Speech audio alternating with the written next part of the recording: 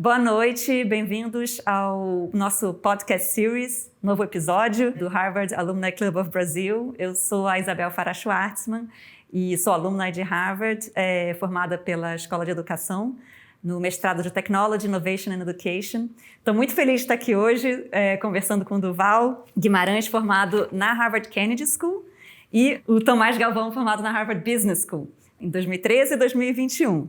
O objetivo do nosso podcast series é a gente se conhecer um pouco mais, conhecer mais dos alunos de Harvard e também contribuir para discussões importantes para o desenvolvimento do nosso país. Então, a gente tem um tema que nos une aqui, que é o tema da implementação de tecnologias educacionais em parceria com secretarias de educação e com governos, de forma geral. Então, a gente vai passar um pouco pela trajetória de vocês, como é que Harvard tem sido importante nesse movimento e aí emendar no tema das tecnologias educacionais. Então, queria que vocês começassem contando um pouco aí sobre como é que foi que vocês chegaram até Harvard, Por que vocês foram para Harvard, como que vocês conseguiram, Muita gente pergunta, mas como é que você fez para conseguir e tal? E as primeiras impressões, assim, desse começo. Eu também não sei. Tô brincando. Primeiro, muito prazer, Isabel, obrigado pelo convite. Estou muito honrado de estar aqui nessa mesa com vocês, nesse escritório, nesse espaço. Acho que para mim é uma honra de ter feito boas escolhas na vida. Então, estou muito feliz por esse convite.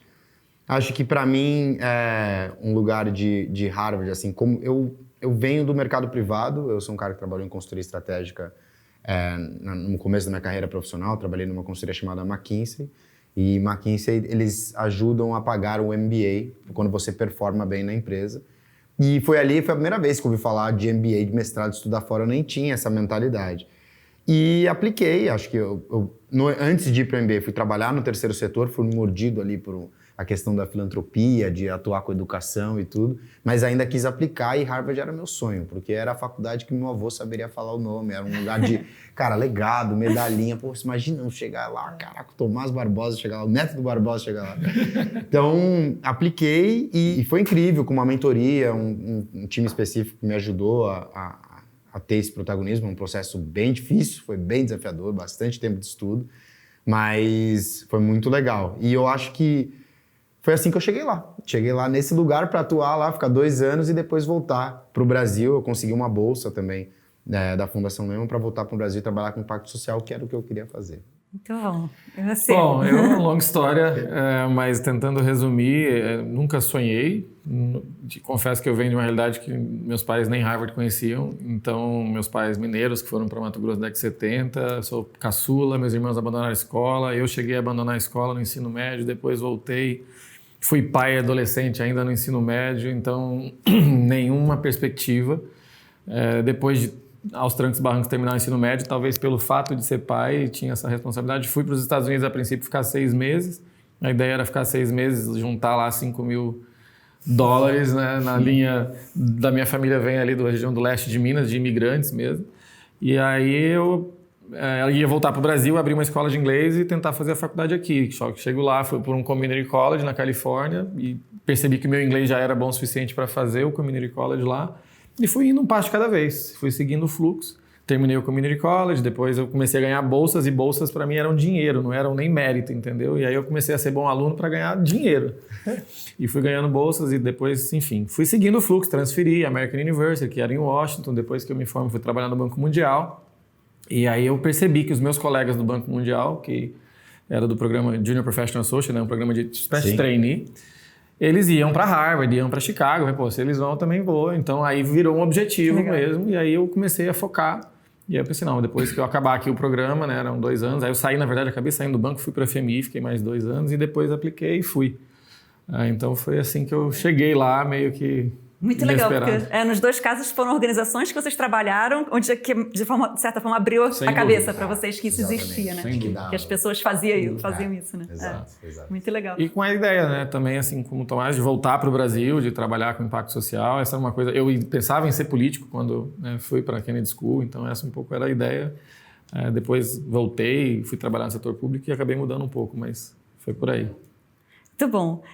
No meu caso, foi quando eu vi uma palestra da Fundação Lehman falando que dava bolsas para ir para Harvard. Eu, que interessante! E que era específico para brasileiros, né? Sim. Porque eu pensava, quem estuda em Harvard, né? E aí, mas tem uma bolsa que são para brasileiros especificamente para a escola de educação, que é onde eu quero ir. Talvez eu possa ir, né? Então, acho que tinha um pouco...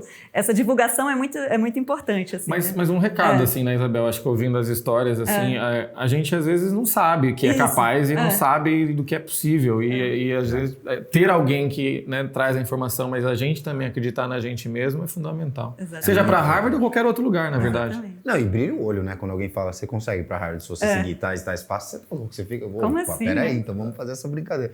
Então acho que é legal divulgar e trazer de volta pra cá, sabe? Com certeza. E acho que também é um dos objetivos aqui desse nosso papo, a gente, né, desmistificar um pouco também. Exato. Com certeza. E aí, o que vocês acham, assim, para a trajetória, para as decisões que vocês tomaram depois, para a trajetória e um pouco para a forma que vocês pensam, né? E, sei lá, valores também, assim, que vocês acham que vocês trouxeram de Harvard? O que foi interessante? O que foi importante, assim, que impactou vocês? Cara, posso falar? Por favor. De verdade, vindo de onde eu vim, assim, meu pai, quando eu falei entrei em Harvard, a primeira pergunta que ele me fez é quanto custa? Foi muito pragmático, entendeu? E eu falei, pai, depois a gente vê, vou correr atrás de bolsa e tudo mais. Eu queria muito ir para Harvard, depois de tudo, porque eu sabia que vindo de onde eu vim, de uma família nascida numa cidade de 5 mil habitantes no interior de Mato Grosso, de pecuaristas que não têm conexões num país que é bastante elitista, eu precisava de algum carimbo, alguma chancela para voltar para o Brasil de alguma maneira com algum acesso a oportunidades que eu não teria mesmo se eu tivesse estudado em alguma outra universidade. Sim, que não tem o mesmo poder de Harvard do ponto de vista de marca mesmo. Sim. Não estou nem entrando no mérito acadêmico, porque academicamente falando, tem outras universidades tão boas quanto Harvard. Com certeza. Várias outras, entendeu? Então, para mim, isso foi um ponto super importante. Então, eu já fui com esse objetivo primordial.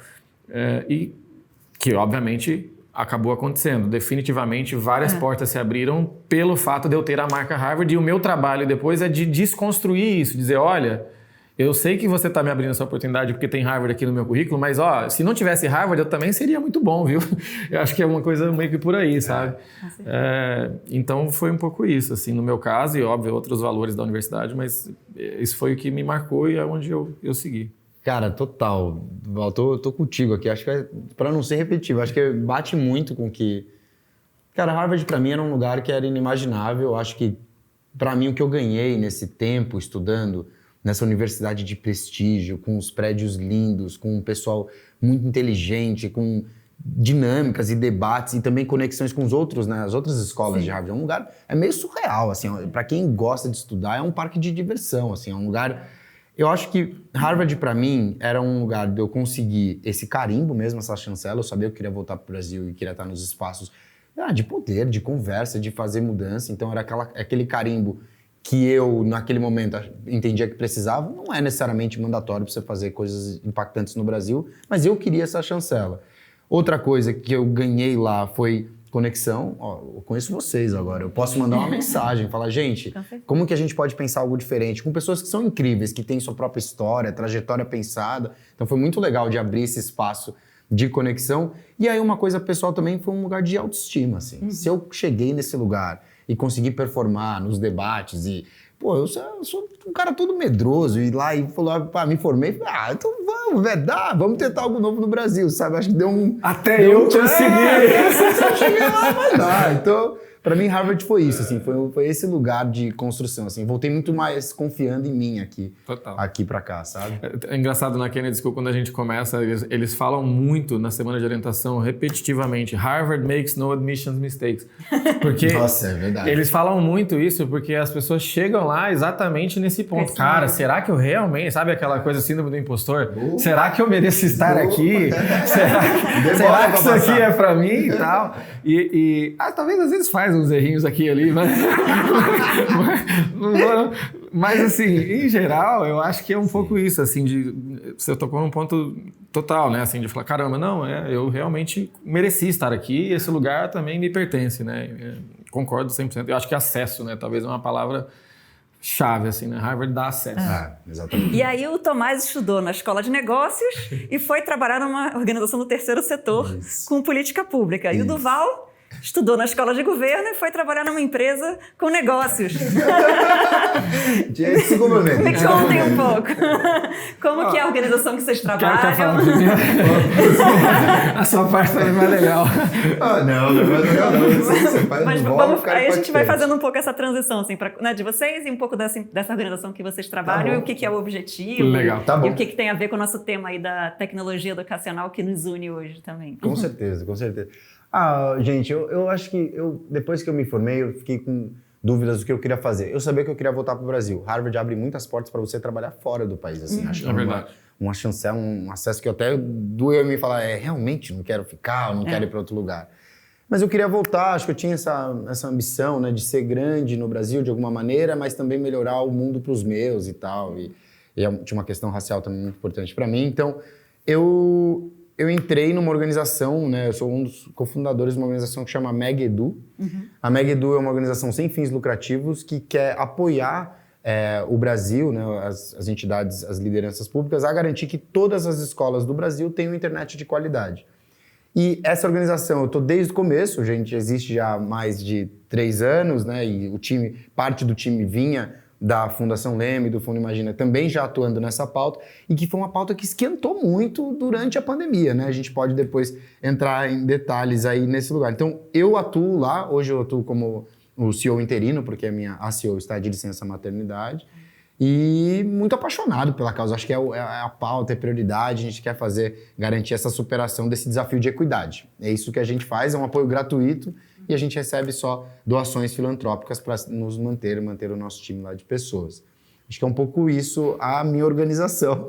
Estamos aí em várias secretarias, em governo federal, então nessa construção aí. E como que vocês apoiam? Como é que... A gente atua de 2 maneiras, muito num lugar de pesquisa e dados, então tem vários países que já superaram esse desafio, por exemplo, os Estados Unidos, né?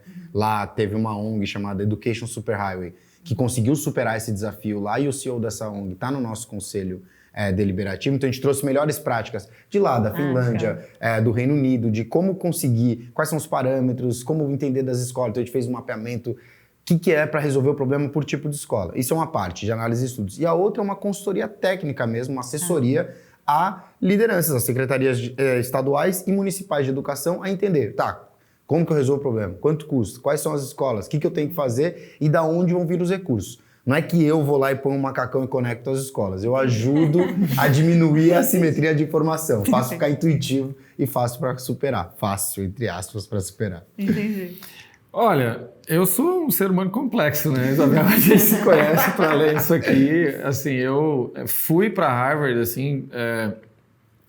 O programa que eu participei no Banco Mundial, a trajetória normal de carreira, ele inclusive tinha uma regra que você era obrigado a sair do Banco Mundial por 2 anos e você para justamente buscar alguma formação e normalmente você volta. Então, o meu caminho de carreira tradicional teria sido voltar para o Banco Mundial depois do mestrado. E eu já, né, naquele momento com 2 filhas, cheio de responsabilidades, uma vida meio, né, sei lá, não muito linear, vamos colocar dessa maneira. Eu fui meio sonhando em voltar para o Brasil e eu tinha e tenho muito essa vontade de contribuir de alguma forma. Assim, eu olho para trás, eu olho para meus colegas, eu realmente tracei um caminho de carreira que é diferente, não é melhor nem pior, mas eu tive acesso a oportunidades que eles não tiveram. Com certeza. Então eu comecei a olhar para trás, como é que eu consigo de alguma maneira contribuir e tal. E eu fui divagando muito sobre isso nos últimos 10, 12 anos. Então, desde que eu me formei, eu tô nessa busca, né? Sobretudo, primeiro eu foquei muito em propósito e é um momento muito louco, porque também depois você descobre que não é só sobre propósito, a vida vai mostrando que quando você tem conta para pagar, também tem que ter uma equação aí financeira mesmo, e vamos ser papo reto, não tem, ainda mais com família e tudo mais. Mas eu fui com essa vontade. Eu pensava em ser político, voltar para o Brasil, ser candidato, enfim, trabalhar no governo e tudo mais. E quando voltei, fui fazer isso. Fui trabalhar na prefeitura de Belo Horizonte. Foi uma experiência incrível. Eu aprendi muito na prefeitura, mas era muito louco, porque na prefeitura eu tinha um cargo de assessor especial que para os outros servidores era visto como se fosse ganhasse muito. Mas no contexto de todo o investimento que foi feito na minha educação e outras oportunidades do mercado privado especial, era pouco. Tanto que eu recebi uma proposta 1 ano e meio, quase 2 anos depois, para sair e ganhar 2, 3 vezes mais, nem me lembro aqui agora, entendeu? E aí eu falo, não, pera, tenho contas para pagar aqui. E aí foi quando eu fui fazer esse movimento de testar o privado em interface com o público, no primeiro momento. Na época era uma mineradora, trabalhar com relações governamentais num ambiente regulatório e tal. Fui, né? Mais movido pelo financeiro do que pelo propósito, obviamente. Mas foi bom financeiramente, porque eu comecei a entender o meu valor de mercado e também a ver que era possível achar outros lugares em que eu poderia equacionar melhor isso e me sentir bem com isso, entendeu? Porque aquela decisão foi muito difícil para mim, eu sofri muito para fazer esse movimento, era quase como se eu estivesse me traindo, assim, foi realmente muito difícil. Mas depois você vai entendendo que não, pera, não é bem assim. E aí eu fui meio impaciente, dali em diante, de 2 em 2 anos eu mudava de emprego. Então eu tive um momento de, a cada 2 anos ali, tinha um ciclo quase certo de me movimentar. E sempre buscando. Até que em 2015 eu entrei numa empresa privada de educação para trabalhar com o setor público e comecei a achar ali um pouco do nicho. Aí meio que, será que é essa empresa? Será que é aqui? Aí você vai tateando e também aprendendo, porque também não é simples. Eu fiz um mestrado em políticas públicas, portanto eu sei tudo. Não, você não sabe tudo. Você não sabe, definitivamente você não sabe tudo. Talvez o maior erro é você achar que sabe tudo. Sim, exato. E aí você vai aprendendo, fazendo, enfim, observando. E aí fui me movimentando. Passei, né, por 3 empresas, depois saí, fundei a minha própria empresa. Aí veio pandemia, aí muda tudo. E aí eu fui convidado em 2020, logo no mesmo ano da pandemia, a trabalhar na EF, Education First, que é onde eu agora trabalho. Na época o convite veio porque a empresa que queria no Brasil uma pessoa para iniciar a linha de negócios com foco em soluções governamentais para governo, soluções de educação para governo com foco em ensino de idiomas. E ele não estava achando ninguém que tivesse esse expertise de governo e de idiomas. E eu tinha me dedicado muito a esse tema de idiomas porque foi algo importante para mim na Cidadão Pro Mundo, que era uma ONG que eu fazia voluntariamente. E aí tô lá, tem já 3 anos e meio, eu brinco na empresa, falo assim, olha, eu tô batendo um recorde, nunca fiquei mais de 2 anos em lugar nenhum, já tô aqui. E achei esse lugar, então... E o que é a tecnologia educacional que vocês oferecem? Nós oferecemos uma solução, a plataforma de língua inglesa, né, tanto com conteúdo assíncrono como síncrono, com aulas ao vivo, especialmente para a capacitação de professores, que é o foco que eu tenho desenvolvido. O grande dor que a gente está solucionando é que língua inglesa é um tema que... é ensinado na prática há décadas, mas ninguém aprende, né? A gente tem que buscar fora. E eu fui olhar muito por que a gente não está aprendendo e tem uma dor de política pública aqui que é... Os professores vêm de um modelo de educação que eles não tiveram a oportunidade de aprender.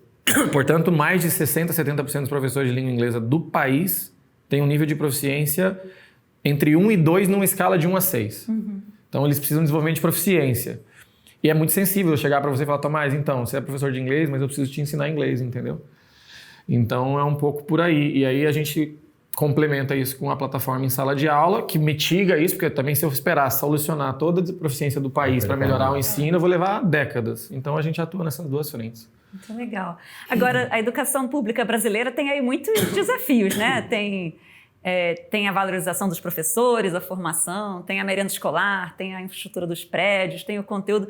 O que faz um governo, né, municipal, estadual, investir em tecnologia educacional, né, lá com aquele recurso que ele tem, e colocar nisso, e não em alguma outra coisa, alguma outra dor que eles tenham, né? Por que as secretarias escolhem?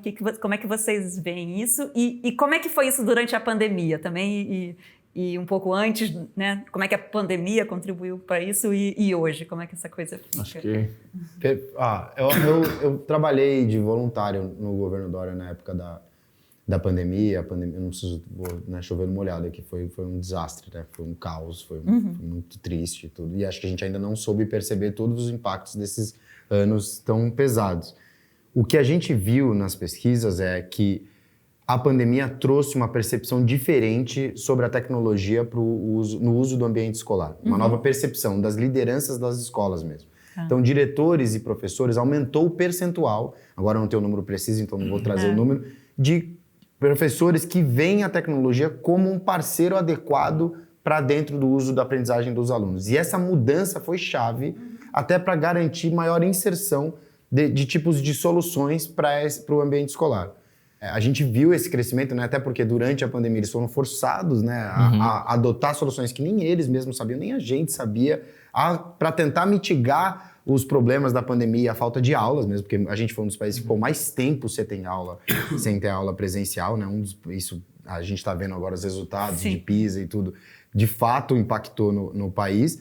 Mas essa mudança foi significativa. E aí as lideranças públicas, né, secretários de educação municipais, estaduais e governo federal, também têm essa janela de oportunidade para entender o que é isso para o país, o que é isso para o projeto pedagógico. Agora, por que eles escolhem? Acho que varia muito, né? A gente tem mais de 5 mil municípios, 27 estados, acho que é uma decisão muito democrática, ainda bem deles entenderem. Eu acho que está um pouco no lugar de valorizar essa resiliência das escolas para momentos futuros e de tentar algo novo para garantia de educação de qualidade nas escolas, assim. Acho que está um pouco aí. É legal isso. Eu acho assim, bom, Isabel, você é da educação, né? Assim, antes da pandemia, e quem trabalha com educação, né, e eu posso falar até por mim, assim, eu tinha uma visão, muito idealista mesmo sobre tudo que fosse digital. Né? Porque a gente tinha uma visão de que tudo que fosse EAD, o termo EAD era quase como uma praga, assim, era massificação de algo ruim querendo causar problema, e enfim. Então tinha uma visão meio desconfiada mesmo sobre isso. E os professores, obviamente, também, mas sobretudo tinha aquele grande receio do tipo, será que isso vai me substituir? Será que isso aí é algo que, né? Porque muitas pessoas vieram nessa discussão no passado, acho que isso tem melhorado, com essa proposta mesmo, de pensar em soluções digitais sem pensar no professor. Escalável. Eu vi muitas iniciativas acontecerem exatamente nessa linha. E aí a hora que você vai implementar, fracasso total, porque você não vai conseguir usar a tecnologia sem o professor. Sim. E isso eu acho que tem que mudar o famoso mindset, né, do professor para ver a tecnologia como aliada, mas também de quem fornece, para entender que realmente eu não estou fornecendo algo que vai substituir o professor. Então, equacionar isso é super importante e comunicar isso é super importante. Porque não importa, você pode ter a melhor solução do universo. Se você chegar lá e você não conseguir transmitir essa mensagem, a dinâmica de lá, né? Do que não já vai funciona, funcionar. Né? O professor, ele é o dono daquele ambiente, ele tem a escolha total. A Secretaria de Educação pode falar, você vai fazer assim, assim, assim na sua sala. Legal, secretaria, eu fecho as portas da minha sala, eu faço o que eu quiser. Sim. Essa é a realidade. Então não vai pela força, não é nem assim. Todas as soluções são boas também, né? Tem um lugar, exato. E aí entra um ponto... comprovadas ao longo de tempo. E aí entra o ponto que é famoso de distinguir o joio do trigo. Porque aí com esse movimento que todo mundo agora tem que usar, eu preciso agora distinguir melhor o que de fato é bom e útil para mim do que não é útil para mim. Então eu acho que a gente também melhora do ponto de vista crítico para analisar melhor essas soluções. E eu acho que isso vai para todo mundo, vai para o professor, vai para, né, os gestores, tomadores de decisão. E aí a gente tem, eu acho, de fato, um divisor de águas, né? Infelizmente, uma pandemia levou a isso, mas da pandemia para cá a gente tem visto cada vez mais projetos que usam tecnologia em sala de aula, tendo um êxito, tendo mais engajamento, coisas que foram tentadas antes, que não funcionaram, e as mesmas coisas talvez agora acontecendo.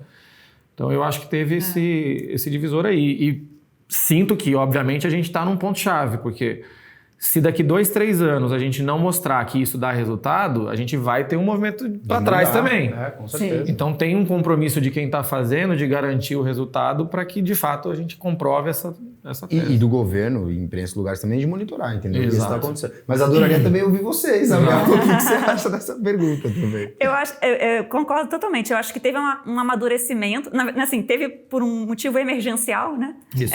Que essas escolas precisaram usar as tecnologias. Exato. E assim, a gente sabe que a vida, né, dos professores em geral é uma vida difícil, é dura, tem muito conteúdo, tem muita coisa para fazer.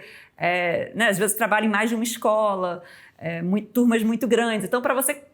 E quem desenvolve tecnologia educacional no Brasil, né, eu voltei do mestrado em 2011, né? Então, assim, 2011 estavam começando as primeiras edtechs, tinha algumas já, né? Sim. Mas, assim, essa coisa que hoje tem, né? Várias empresas que desenvolvem tecnologias educacionais, né? As grandes produtoras de conteúdo estavam começando também, né? A virar para tecnologia educacional. Então, assim, é uma coisa recente no Brasil também. você oferece uma solução que inclusive vem de fora, né? Sim, sim. Então acho que tem mais, né? E a área de idiomas também já faz isso há mais tempo. Porque sempre tinha os DVDs, né? Exato. Sempre tinha o som. Tem uma coisa de trazer de fora. Que de tentar Exatamente, o conectar, vídeo. Então sempre tinha um pouco. O idioma isso. sempre teve um pouco mais avançado, mas eu acho que tinha muito essa coisa de que vim da Harvard Business School e vou revolucionar a educação brasileira. Achei o problema. Com essa minha plataforma que tem um algoritmo. Aí você chega na escola, né? E fala, eu tenho um algoritmo.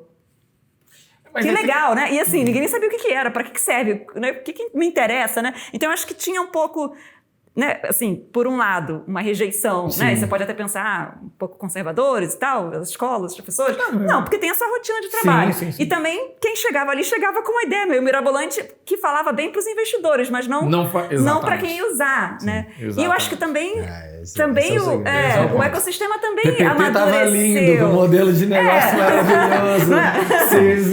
Mas o ecossistema também amadureceu, né?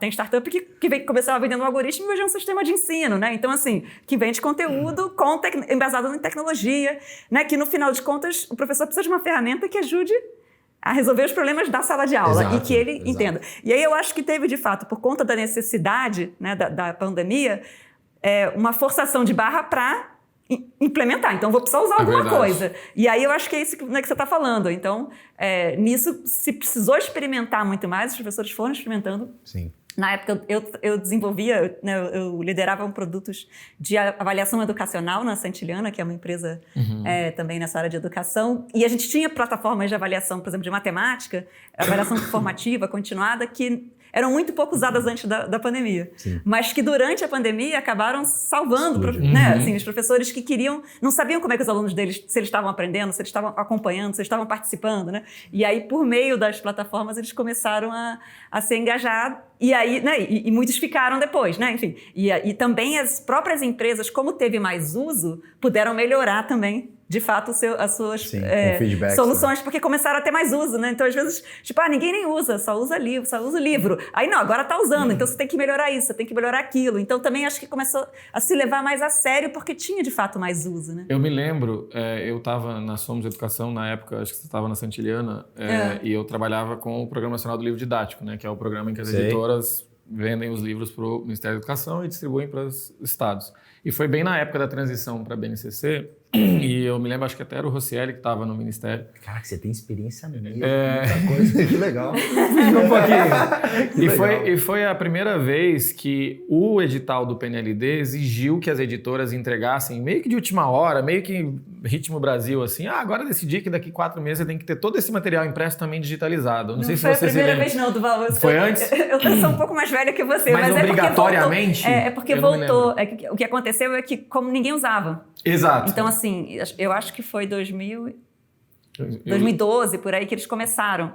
E aí deu uma parada e depois voltou. O MEC comprou muitos anos o livro digital e os objetos digitais. E ninguém encostava. E não usava.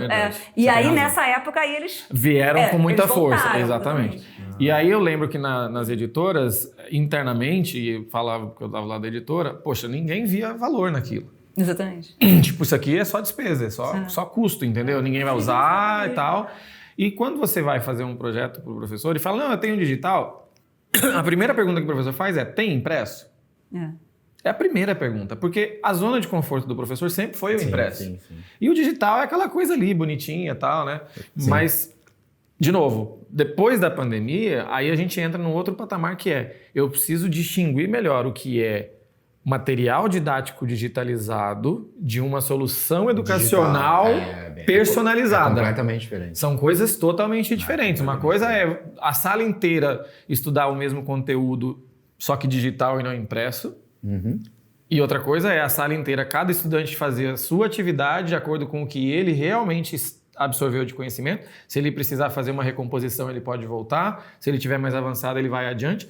E o professor, nesse cenário, passar a ser um mediador do conhecimento. Sim. E não mais um centralizador. E eu acho que tem um ponto que você trouxe que é muito pertinente. Às vezes, não é só também de ser zona de conforto, né? Tem uma questão de Acho que eu estou atuando onde eu estou atuando porque a gente vê uma série de soluções em ebulição, tentativas, experimentações, né? Que é um lugar que exige muita responsabilidade, monitoramento e tudo. Mas tem um gargalo que é as escolas hoje não têm a capacidade de infraestrutura que permita essa experimentação. Então, ou elas não têm internet, ou elas não têm dispositivo. Tem 6 mil escolas no Brasil que nem energia elétrica tem. Então, também... Não é só um lugar de não conseguir usar, claro, a gente sempre vai no status quo, porque é uma pessoa que está com merenda escolar, plano pedagógico, estudante, criança que está com fome, ou tem todos os desafios daquele ambiente, mas tem um lugar, mesmo se eu quisesse, eu não tenho o que precisa para eu aprender a usar isso, que é um pouco o que você falou dos professores de inglês, e depois poder ensinar. Então acho que é um pouco o que eu gosto do que eu estou fazendo, é o lugar do... Tem um foco, assim, eu não estou atuando nas outras coisas, mas pelo menos esse desafio de colocar todo mundo no mesmo patamar de ponto de partida em relação à infraestrutura, sabe? Cara, isso é muito legal, porque assim, a gente tem 2 projetos hoje com 2 estados com a rede inteira, o estado do Paraná e o estado do Mato Grosso. Paraná, nós iniciamos o projeto em 2021, no mês de julho, primeiro só com os professores, 4 mil professores de língua inglesa, e no mês de setembro, eu lembro direitinho, 13 de setembro, que foi exatamente quando eles estavam voltando para o primeiro mês presencial pós-pandemia. Caraca, que legal. E na época, nós não tínhamos feito nenhum contato com o Paraná, o estado do Paraná estava buscando várias plataformas, inglês, redação, matemática, enfim, encontrei o edital já publicado, a gente decidiu participar e acabamos ganhando, que mostrou, inclusive, transparência do processo. E eu confesso que quando a gente entrou, foi o primeiro, você entra meio assim, será que isso aqui, né? E deu tudo certo, a gente começou a implementar. Quando a gente começou a implementar, num primeiro momento, eles não tinham nem previsto adquirir licenças para todos os alunos, porque naquele momento o dado que eles tinham de pandemia no estado do Paraná era que aproximadamente 50% da rede só usou a internet durante a pandemia. Sim. E isso no estado do Paraná, que era um estado já muito à frente. Ou mais avançado, provavelmente. Eu não tenho dado de todos, você sabe melhor do que eu. Impressionante. Então a gente começou ali com metade dos alunos, né, que tinham acesso, e depois isso foi expandindo. Hoje está literalmente 99% dos alunos. Essa foi uma coisa. E quando a gente começou, eu fui fazer visita em escolas, porque eu precisava entender a dor do problema, né? Aí, os professores resistentes, mais resistentes, normalmente a gente foi fazer reuniões e eles falavam, não, mas eu não tenho a infraestrutura. Essa era a principal questão, a principal. Aí eu falava, bom, então temos um grande desafio, porque essa questão não depende de mim, depende do Estado, mas posso aqui tirar o chapéu, porque as pessoas às vezes te viam como o Estado, né? Eu falava, não, eu não sou o Estado, eu sou um intermediário aqui, eu estou tentando fazer um projeto que dependa também disso, a gente está junto nessa dependência. Vamos, né? E o que eu colocava para os professores ali era o seguinte, porque a gente também não pode ficar nesse lugar de, mas enquanto eu não tiver toda a minha rede com 100% de internet, computadores e conectividade, eu não vou fazer nada. E eu fazia a seguinte ponderação, professor, mas olha só, primeira pergunta, a solução que está na sua mão, você confia nela? Você viu, você gosta? Gosto sim, é realmente boa, o conteúdo é bom. Então, legal, então menos um problema. Se você me dissesse isso aqui não é bom, eu já não estava aqui. Para trás. Já nem eu estaria aqui. Então, se isso aqui é bom, talvez agora o seu próximo desafio é convencer o Estado de que para você colocar isso aqui em prática, você precisa de mais investimentos na parte da infraestrutura e da conectividade. E talvez agora, com isso aqui no seu dia a dia, isso seja evidente de uma forma que antes era só demanda, né? Desejo. E foi muito o que aconteceu. De lá para cá, os estados foram fazendo isso. Mato Grosso, que é o outro estado, cenário completamente oposto. A gente começou em 2022, fevereiro só com professores, e em maio a gente introduziu alunos. A gente sempre começa só com professores nos primeiros 2, 3 meses. É fundamental. Que ele entenda que aquela tecnologia é para ele usar com seus alunos. Até para se sentir mais seguro. Porque imagina, você está numa turma com 30 alunos... O aluno tem uma dúvida... E aí você não sabe fazer, ou você não sabe como é que usa, né? Ou você não lembra. E muitos desses alunos têm uma proficiência digital significativa, essa nova geração. Sabe que isso é mais ou menos? Pelo menos de dispositivo, sabe? Isso. Mais de conhecer. É mais no celular. Mas aí, exemplo Mato Grosso. Aí a gente foi fazer o projeto lá, primeiro mês dos estudantes, somente 3% de uma rede de 200 mil alunos entrou na plataforma. Nós olhamos, não, assustamos, espera aí, 3% é muito baixo. Por um primeiro mês, assim, tá, beleza, né, tem uma curva. E a gente, ao invés de ficar ali quietinho, não, vamos entender o problema, começamos a ver. Aí, sugestão, vamos ver quantos por cento dos 200 mil usam o e-mail institucional, porque para entrar na plataforma ele precisa primeiro entrar no e-mail institucional. E era um 10%. Olha, no final era um ótimo. 90% nunca tinha acessado o seu e-mail institucional. Entendi. Então, do ponto de vista, sim, eles são do mundo digital, mas eles não são necessariamente do mundo tecnológico. Sim. Ou seja, ele não entende nem qual é a funcionalidade de um e-mail, como acessar um e-mail, como trocar uma senha. Estudantes. É porque No eles final, os sua estudantes adesão foi usam 30%. muito. Exato. Então, que realmente... Mas aí foi o que a gente começou a fazer. Vamos monitorar não somente o acesso à nossa plataforma, mas o acesso ao e-mail. Sim, E quantos a do que jornada. acessam o e-mail acessam a plataforma. E a gente começou a fazer esse monitoramento semanalmente. Hoje já equalizou, já todos os alunos usam, enfim. Mas no começo era muito difícil esse cenário. E mesma discussão. Tá, mas vamos esperar chegar a todos os computadores ou vamos começar e fazer o computador chegar mais rápido? Sim, é sim. mais ou menos por aí, entendeu?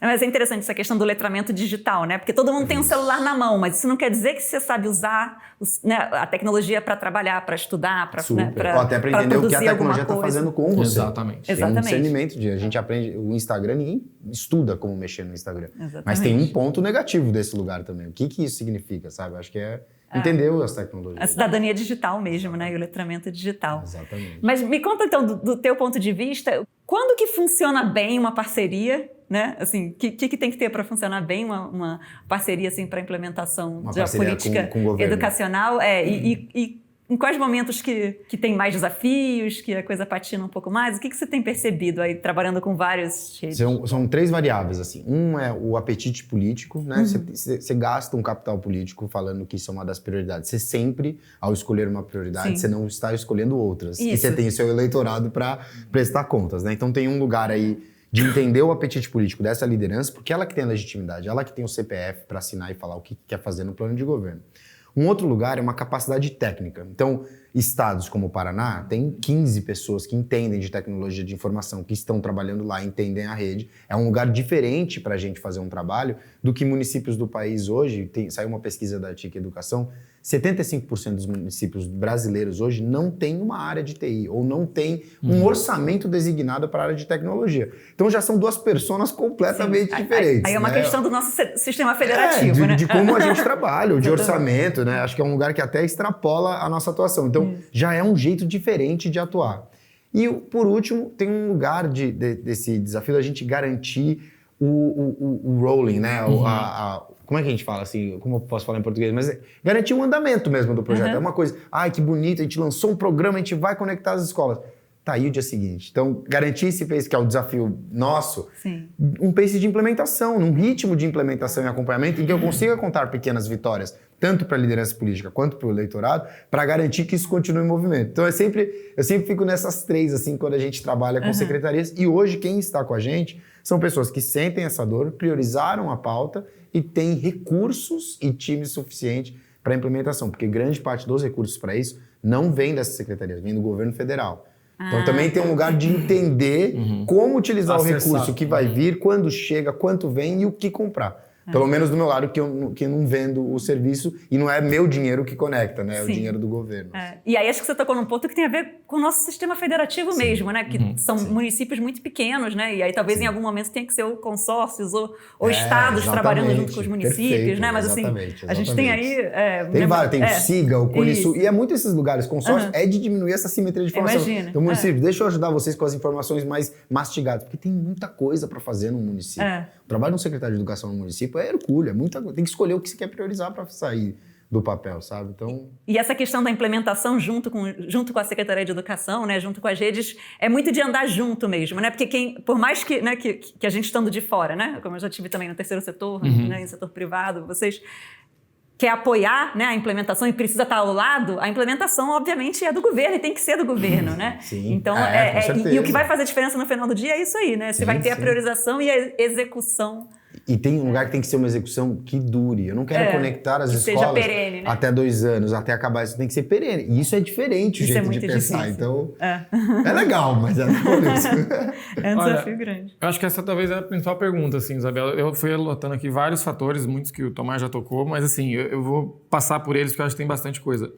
Uma primeira coisa, assim, tem várias etapas desses processos, né? A primeira etapa, vamos supor que você chega num momento que você quer fazer algo que ninguém está pensando naquilo. Você tem um processo inicial que é convencimento. Como que eu convenço um dos tomadores de decisão que isso aqui é importante para ele, que ele deve ser o primeiro a tomar essa iniciativa e seguir nesse caminho? Porque o primeiro é muito mais difícil. Com certeza. O first mover, né, que a gente fala, esse realmente é muito mais difícil. Depois que o primeiro vai, todos os outros observam. E aí, quando eu comecei no Paraná, eu falei internamente, olha, eu não era responsável por operação. Era só por venda mesmo do projeto, né? Vamos usar a palavra certa. Eu falei, não, eu sem operação eu não quero. Porque se a gente não implementar corretamente o primeiro e todos os outros, a gente não vai fazer mais nenhum. Exatamente. Se, por outro lado, a gente fizer bem o primeiro, a gente vai fazer vários outros. E foi exatamente por aí. Então, esse foi o primeiro passo. Então, assim, e não temos mérito nenhum no convencimento do Estado do Paraná nessa iniciativa. Em paralelo, eu estava fazendo o processo de convencimento em Mato Grosso, porque ainda que Mato Grosso veio depois, as decisões foram meio que em paralelo, e uma foi independente da outra. Foi timing de processo burocrático de governo mesmo, que demora um ano e meio para você entre convencer e fechar um projeto. Depois que você consegue convencer, e no convencimento eu acho que tem alguns argumentos que são super importantes. Um é, o que os alunos vão aprender, qual que é o objetivo, mas, gente, vamos ser pragmáticos. O que o decisor está ganhando com isso? Entendeu? E aqui é um ponto-chave. Você pode ir por um caminho extremamente errado nesse sentido, e você pode ir por um caminho, cara, assim, vou te implementar aqui um projeto que vai dar resultado para os seus alunos e, portanto, vai te dar uma visibilidade e um reconhecimento político que para você é importante. E esse é um jogo bem jogado. Eu posso te ajudar a ter iniciativas que vão te colocar como um gestor que é, de fato, uma pessoa que está se destacando no país. Para mim, esse é um ponto de chave na parte de convencimento. O outro ponto é fazer a conta fechar. Como que a conta fecha? Porque as pessoas às vezes também imaginam, nossa, o governo tem recursos infinitos. Não tem recursos infinitos. Não, exatamente. E aí tem muitas falácias, né, às vezes de desconhecimento, e eu hoje posso bater na minha própria boca, porque eu também já tive visões erradas sobre isso. Eu trabalhei na época no PNLD. Quando eu fui fazer negociação de livro didático e ver que o livro didático é comprado, naquela época, né, era comprado a R$ 9, R$ 10 a unidade, enquanto no setor privado se pagava 200, Isso. eu falei, não, pera, tem aqui alguma coisa que as pessoas não estão entendendo. De fato, o preço unitário aqui é baixíssimo e, óbvio, não é que é ruim para a empresa, porque você ganha na escala. Então, não adianta também você chegar lá com preços que não são praticáveis e que não são sustentáveis, senão você vai fazer uma coisa que não tem continuidade, porque ela não se paga ali no tempo. Então, esse é um outro fator. Capacitação da equipe, fundamental. Eu acho que tem um ponto que é você achar qual é o seu diferencial nesse processo. Ou seja, tem fornecedores assim, gente, milhares, entendeu? Qualquer processo licitatório que você vê, cai lá 10, 15, sei lá, que nem sabe o que estão fazendo ali. É uma coisa maluca, mas o que você oferece que de fato é diferente dos demais e qual é o seu nicho de atuação que vai fazer isso aí acontecer? Esse é um outro ponto. Na capacitação, Tomás, eu acho que tem uma parte, é até engraçado, né, que você veio da McKinsey, e nem sem críticas à McKinsey, mas assim, uma coisa, a consultoria entrega o PPT, mas ela não entrega a implementação. Às vezes você entrega a estratégia perfeita, mas se do outro lado não tem quem vai entender a estratégia e executar a estratégia, não adianta de nada. Então, exemplo, no nosso caso, pelo contrato, eu entreguei as licenças, em um mês já entreguei tudo que eu tinha que entregar, já recebi o que eu tinha que receber e eu posso dar as costas e falar boa sorte. Mas a gente pega e fala, não, beleza, eu quero que dê certo, eu quero ter continuidade nisso aqui. Então, para ter continuidade, eu preciso fazer acontecer bem. Então, a gente vai muito além das nossas responsabilidades, em especial nas fases iniciais do projeto. E literalmente, até era muito engraçado, as pessoas me confundiam como se eu fosse dos governos, porque eu estava ali visitando escola, como professor no dia a dia, e fazendo um pouco desse papel até você ir encontrando, porque tem muitos profissionais muito bons. Muitos. E que resolvem sozinho, que fazem acontecer. E aí você começa a identificar essas pessoas e ajudar o governo, inclusive, a mapear as pessoas certas para os lugares certos, que começam depois a fazer isso sozinho. Então, o ritmo de operação ele vai cair naturalmente. Então, um pouco do que aconteceu. E aí, por fim, não adianta nada disso se no fim você não conseguir medir a aprendizagem. Exatamente, que é o próximo ponto que eu ia colocar, né? No final de tudo, a gente está fazendo isso para quê, né? É para a gente poder melhorar a educação, exatamente. Né? Então, como que vocês medem, que tipo de medida vocês conseguem ter, tanto da implementação, quanto... Eu acho que é medir a aprendizagem e outra questão é que seja duradouro, né? Então, perfeito, assim, que também não... Porque aí troca o governo, troca o fornecedor, troca, né? A ONG, etc. E aí, né? O que a gente faz? Então, assim, acho que são dois temas aí, esse da política pública, de fato, né? E como é que a gente pode medir se isso está indo por um bom caminho, né? Eu vou pegar o gancho primeiro, só para na linha de raciocínio. Eu acho que tem para você chegar no indicador de aprendizagem, tem outros indicadores que também são importantes. Exatamente. Porque, né, no início de projeto, você está falando primeiro de sucesso operacional. Que não é necessariamente aprendizagem. Que é um pouco daquilo que você começou a contar antes, os né? alunos estão usando, né? Eles eles estão só acessando ou eles estão de fato estudando? Porque às vezes a gente confunde também acesso com estudo. Não é a mesma coisa. Não é a mesma. Né? Então, você vai criando ali uma sequência de indicadores. Então, no meu caso, né, língua inglesa. Primeiro, eles estão acessando? Segundo, eles estão efetivamente estudando? Terceiro, eles estão efetivamente aprendendo? É um pouco por aí. E aí você tem, né, esses indicadores são sequenciais e a gente traça objetivos mesmo, metas, para a gente ser realista, que a gente vai alavancando isso a cada... A gente acompanha semanalmente, mas especialmente mensal, bimestral, etc.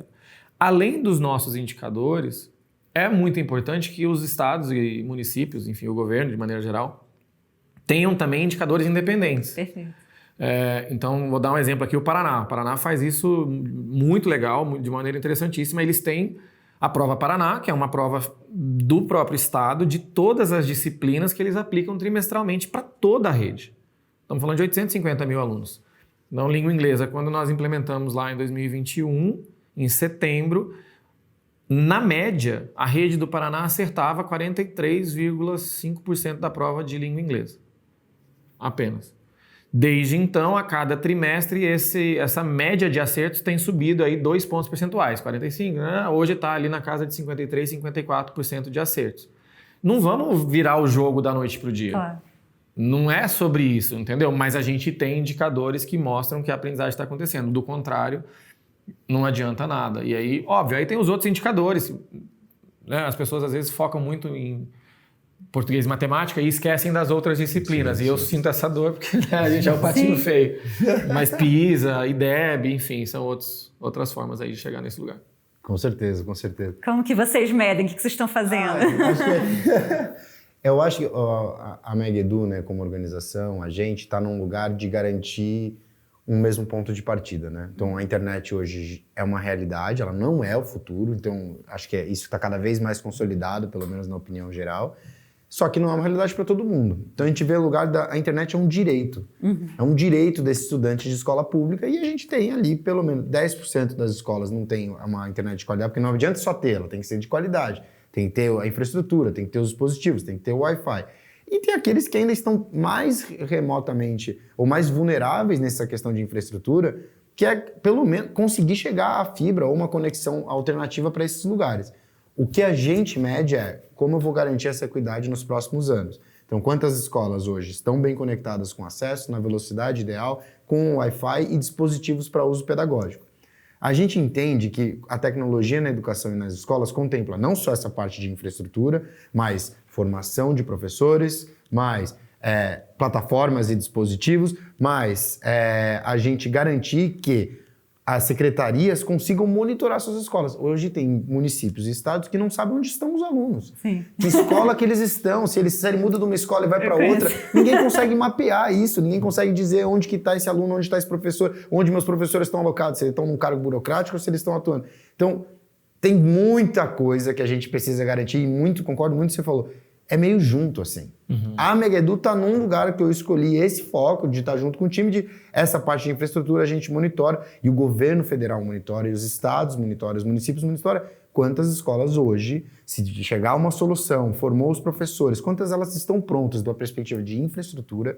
Então o desafio aqui é uma questão de educação e infraestrutura para permitir esse uso da tecnologia de maneira saudável, controlada, com acesso de segurança. Tem várias questões que a gente vai monitorando. Eu não monitoro a aprendizagem final, Sim. que é uma série de variáveis. Pelo menos nesse momento, da gente superar essa parte, assim. Sim. Não, eu monitoro um pouco do que você faz também, né? Porque para mim, o meu uma indicador porta de entrada, operacional é se eles estão Você acessando. está na etapa inicial aí, né? Então, assim, o teu trabalho é fundamental para o êxito do meu, assim. Então, o meu primeiro indicador ali de acesso, ele está diretamente relacionado ao sucesso das iniciativas que você está trazendo, né? E aí, no Brasil, a gente está começando, né, essa questão da avaliação avaliação experimental de aprendizagem, né, para a tecnologia educacional. Então, a gente tem alguns exemplos, Sim. que inclusive mostram, né, tem a Khan Academy, que mostra que não teve, né, o resultado em matemática, mas teve no gosto pela matemática, né? Então, assim, às vezes mede uma coisa intermediária, Exatamente.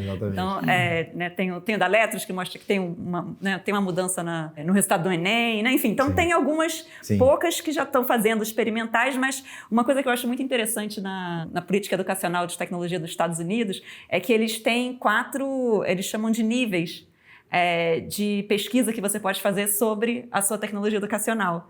E essa do impacto, né, de experimental, etc., é o último nível, né? É quando depois que isso já está implementado há algum tempo, já está rodando, né, todas as coisas da implementação já foram superadas. Já foram resolvidas, já foram solucionadas. E aí sim você pode fazer uma avaliação de impacto, né? E é pouco tempo, né, também. E é muito pouco tempo, exatamente. Exato. Então você tem, né, eu acho que o que o Duval está colocando, né, você tem uma série de dados que você pode ir usando ao longo desse início, né, nos primeiros anos de implementação, que vai garantir que a implementação seja né, caminhe bem e que você também consiga garantir que o que você está fazendo tem base científica, né? Tem base em estudos, os professores consideram adequados, os alunos gostam, enfim. Exato. Então tem muitas coisas que você pode ir medindo no caminho para ter mais segurança, para depois, inclusive, em algum momento, fazer uma avaliação que seja, né, enfim, mais publicável, robusta, ou Sim. etc. Né? Mas tem uma coisa curiosa aqui. Você estava falando, me lembrou um caso que é importante porque, assim, também uma coisa não caminha sem a outra. Não adianta nada eu ter só a infraestrutura, a tecnologia e não ter o conteúdo. E não adianta eu ter só o conteúdo e não ter a tecnologia.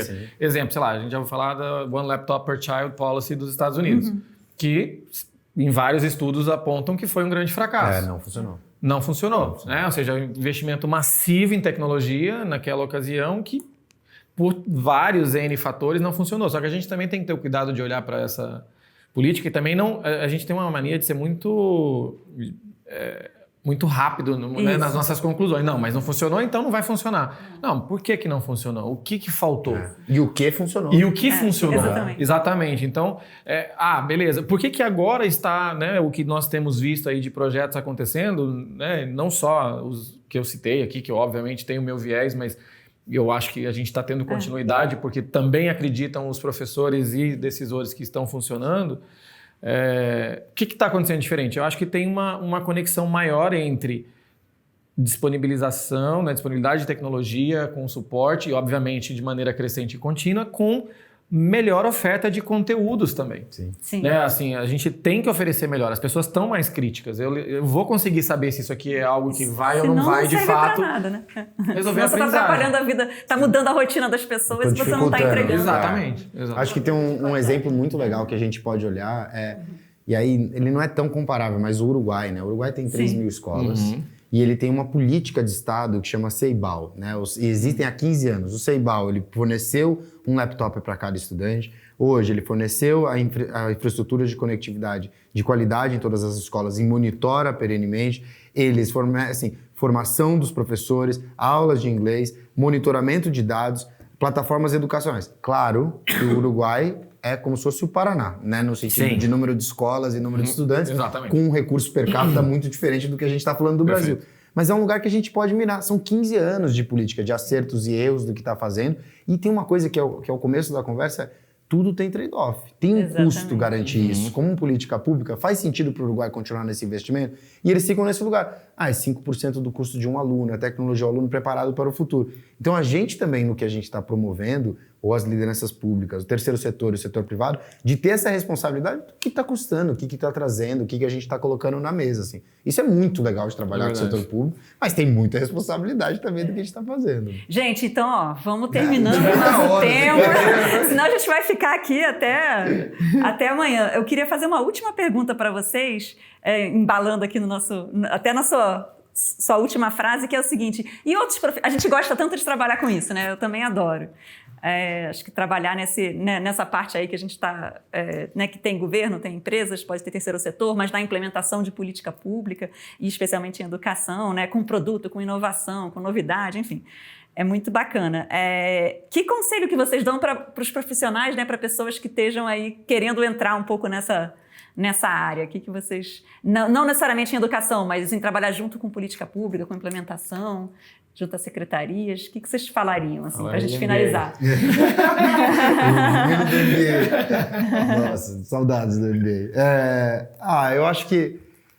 Cara, eu tô gostando, eu gosto muito. Eu acho que tem um lugar de humildade. Total. Cara, é a primeira palavra que eu pensei. Sério, tem muita... 100%. Fazer Harvard não te coloca num lugar do que você sabe o que é o Brasil e o que tem que ser feito e quais são os processos. Aliás, eu aprendo muito, assim, acho que eu sou o cara que vim de consultoria, trabalhei no terceiro setor em educação. Eu mais aprendo e tento entender como que eu ajudo com o skill set que eu tenho e o time que a gente tem que construir para garantir fazer isso acontecer, do que chegar com solução pronta. Solução pronta não funciona. E essa galera que está atuando no setor público, essas lideranças, a galera é muito boa mesmo, porque já sabe os caminhos, sabe navegar. Então é humildade mesmo, tipo, como eu olho, como eu aprendo, como eu faço.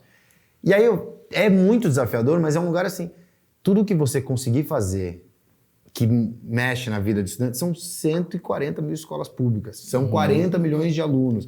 É um desafio para um país continental. A região amazônica, só a região amazônica, tem 33 mil escolas. É mais que Chile, Costa... É tipo um lugar... É de uma dimensão tremenda se sua solução realmente resolve um problema. Sim. Então é isso que me dá um... Ai, cara, que legal, sabe? Acho que é os trade-offs da gente ter escolhido atuar nesses setores de salário, impacto e tempo que demora a acontecer. Mas eu acho que a primeira palavra... É muito legal, mas é humildade. Se chegar achando que sabe, tu não vai navegar, mesmo. Eu ainda não sei nada, trouxe várias palavras aqui, mas ainda tô aprendendo muito. Um desafio enorme, assim. É muito legal você falar isso, Tomás, porque assim, eu juro, a primeira palavra que eu pensei é exatamente essa. E eu vejo muita gente, tecnicamente ou academicamente, muito bem preparada, metendo os pés pelas mãos porque não tem humildade. Assim, vejo isso muito, assim. E é lamentável, porque assim, a intencionalidade é boa, a vontade é boa, as pessoas têm... Ninguém está aqui querendo causar problema, entendeu? Todo mundo quer contribuir, é genuíno. Mas às vezes você mesmo tendo toda essa vontade... E eu posso falar... Assim, o legal é quando a gente já errou, né? E quando a gente fala essas coisas, porque eu já estive nesse lugar. Exatamente. Então, eu, Duval, na prefeitura de Belo Horizonte, em 2013, chegando de Harvard com toda aquela pompa... Era o salvador da pátria para poder fazer um projeto acontecer. Eu fui lá em 6 meses, botei um projeto de pé e fui apresentar numa reunião e o secretário vira para o outro e fala, esse menino é um trator. Eu achei que isso era um elogio e na real era uma crítica. Entendeu? Entendeu? E entender o porquê da crítica por si só já é um ponto importante, porque na hora eu achei que eu estava brilhando, entendeu? A estrelinha para mim, entendeu? Então... Eu acho que, cara, é muito por aí. Nossa, e muito sobre não subestimar as pessoas, independente do que for. Porque a gente tem muitas ideias né, que a gente já que no ouve são boas, né? E tipo, não, tudo que é do público é ruim, tudo que é do privado é bom, e você acha que você vai copiar e colar uma coisa na outra. E que te atrapalham, porque você chega já no lugar com alguns vieses que não vão te ajudar. E é mentira. Exatamente. É mentira, tem muita coisa que funciona. Um baita desafio. Eu tenho muitos profissionais que eu encontrei no setor público que são extremamente mais preparados e mais eficazes e eficientes do que pessoas que eu já vi no privado que se achavam os salvadores da pátria, como eu também já me achei. Então eu acho que, cara, exatamente por aí. Agora, um ponto, né, Isabel, assim... É um caminho árduo, assim, não é trivial, não tem um concurso público para isso, ou não tem, né, uma trilha de carreira necessariamente para isso. Eu acho que o período que eu mais aprendi sobre políticas públicas não foi no mestrado em Harvard, foi quando eu estava na prefeitura de Belo Horizonte. Claro. E toda essa ideia brilhante deu em nada, entendeu? Eu ganhei prêmios pela ideia que nunca aconteceu, entendeu? Então... Entendeu? E assim, gente, assim, eu vendia muito bem a ideia para fora, mas para dentro não vendia. E não adiantou nada. Bom ponto. Então, eu acho que é isso, assim. E acho que vocês falam de humildade e acho que maturidade, né? Tem uma coisa também. Que é horas voo também, né? Eu acho que a gente também... a política pública e a educação não vai mudar de um dia para o outro, a gente não vai revolucionar nada de um dia para o outro, né? Eu acho que tem uma questão de maturidade, de ter experiência, né? Eu acho que requer tem governos que chegam que, né, tem um monte de gente nova que vem de fora, que fica ali 3, 4 anos, que sai, né? Que não deixa as coisas não têm continuidade, né? Então, acho que tem um pouco esse lado de da maturidade mesmo, né? De que você vai ter que esperar, às vezes as coisas não vão dar certo daquele jeito, não vai dar certo aqui, mas pode dar certo ali, né? Então a gente com o tempo vai... Eu queria deixar É paciência, talvez, né? Paciência, e tem coisa que funciona. Cara, é merenda para 40 milhões de alunos. É comida todo o maior dia, restaurante do Brasil. Com nutrição. O estado de São Paulo, se fosse privado, era a maior empresa privada do país. É um lugar, é uma dimensão, assim, muito... Exatamente. E se não chegar nesse lugar entendendo que tem muita coisa que funciona, como eu posso ajudar, não vai dar certo. Real, tem muita coisa boa, tem muita gente muito boa aí que aprendendo um monte mesmo. Gente, muito super bom. obrigada. Adorei. Maravilhoso no nosso bate-papo. Quero aproveitar e agradecer aos nossos sponsors, a Demarest, BR Marinas, KR Capital e Pluralize. Opa! E espero que a gente possa continuar esse papo depois com uma cerveja, outro dia. Vai ser um prazer, vai ser um prazer. E aí juntar mais membros aí da nossa aluna e outras pessoas que queiram saber mais também a respeito. Muito obrigado, foi um prazer. Obrigado por ficar perto de vocês, eu sempre me emociono. Isabel, prazer, obrigado mesmo. Acho que a gente já tem essa relação de antes, muito feliz de estar nesses espaços conversando. E acho que é isso, mais pessoas saberem que Harvard é um lugar, não é a única opção, mas é uma opção também pra gente ocupar uns espaços e aprender. Da mesma forma, muito grato mesmo, Isabel. A gente é quase que da mesma época. Na verdade, É da mesma época, porque o seu programa foi um ano só, na verdade. Então a gente já troca muito, Tomás. Cara, prazer te conhecer melhor. Eu acho que é muito bom saber que a gente tem uma visão semelhante atuando em campos que são diretamente complementares, cara. E assim, quero muito poder continuar a conversa aqui e a gente se encontrar aí. Não, tenho muito a aprender contigo. Até não tenho que... Caraca, que trajetória. Muito legal. Obrigado. Obrigado, gente.